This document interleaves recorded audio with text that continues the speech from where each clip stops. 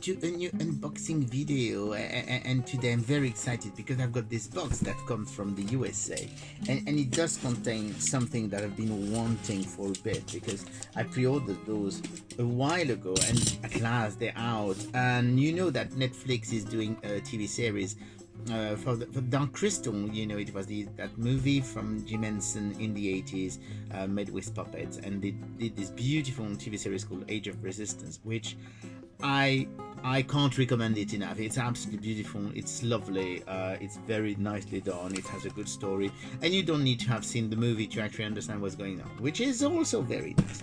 And so Funko has released a series, a wave of action figures, which look very similar to the one they had done for Dark Crystal, the movie, about a year and a half ago or 2 years ago, if I remember well, when they were still working with Reaction, the people from Super 7. So without further ado, I'm going to show you those beautiful action figures. The first one, the first character is actually Hup, the little podling, and as you can see, you've got the choice of spoon, which is very important that Hup has spoons and more than one, and you can actually discover the packaging. Packaging is actually quite nice, very nice illustration, very simple.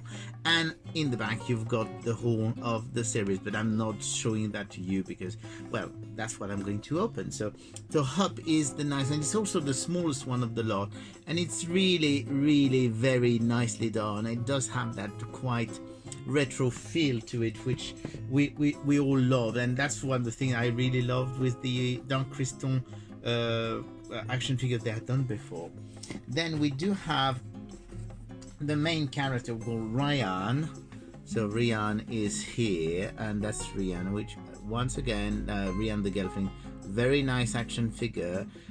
It's got the little button that's important for the movie, and a sword, and really, once again, very nice little action figure, very nicely done, slightly bigger than Hup. And of course you do have another Gelfling. We do have Deet.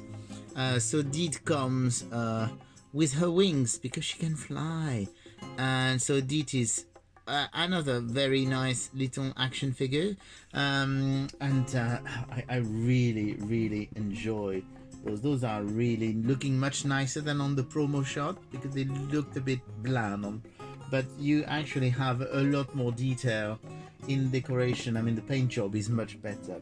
Then we're getting to the bigger ones. We've got, of course, Ogra, who was in the original movie and was still there in the TV series. So actually you can see it's quite hefty.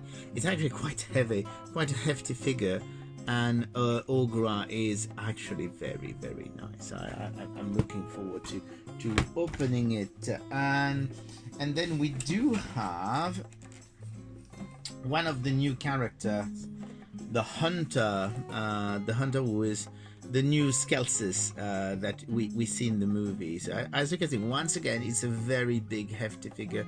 It does have accessories, which looks like, yeah, there are swords, and also is skull mask. So here you go. That's the Hunter. Very nice figure. And then the last but not least, because it's actually the biggest of the lot, we do have the Silk Spitter, which is like a big spider. Let's face it, it's actually a huge action figure, and I'm sure it will go very well with the other big creature that they had on Dark Crystal, which was the Strider, the Wind Strider, and the Garthim. So here you go. That's the thing. I mean, I should.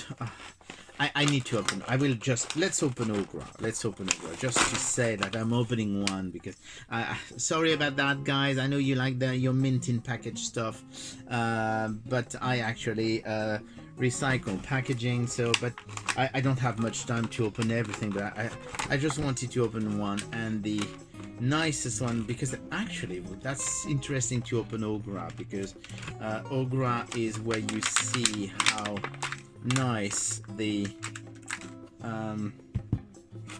paint job is, and we mustn't forget the accessory. When you basically opening all your toys, you always have to be careful not to forget any accessory before you recycle stuff, because I've thrown away quite a few accessories like that, and it's definitely something you want to avoid doing. Usually I actually have to go through the trash to try and get it back, because I realize in time what happened. But just be careful, don't do it. I do it, you don't have to do it. So here you go. So this is Ogra. So she does have a walking stick that I'm going to try and put in her hand if I can. And let's try and do this like that. So here you go. So basically you've got this is, you can see the figure much better, hopefully. I hope it's going to be there you go. So as you can see, it's actually a very nice little figure, and what's interesting, that the cape is actually removable, so you can remove the intake. That's why I wanted to open that one, because I knew it had a feature. So basically here is the figure without the cape, and as you can see, it's really nicely detailed. I really love it, and what I love is that the cape, the cloak actually falls, but the back of the cape is so nicely decorated. So here you go. That's actually why I wanted to open that one, because it was I knew that the decoration was nice, that it had some accessory we could remove, and basically it's one of those characters that we all love from the first movie. So here you go. That's Ogra. We've got all 6 figures. We've got Ogra. We've got the Silk Spitter. We've got the Hunter, the Skelsis Hunter. We've got Deet, and we've got Rian the Gelfling, and let's not forget Little Hup, who is probably the cutest character in the new series. So I'm certainly they are fantastic, and I certainly hope we're going to have a second series of those toys, and I hope they resell well, because there's so many characters they could do. I mean, even the main characters, there's some they haven't done yet, so it would be nice to complete at least the main characters. And in the meantime, well, I'm going to go and play with my toys, so enjoy. Bye.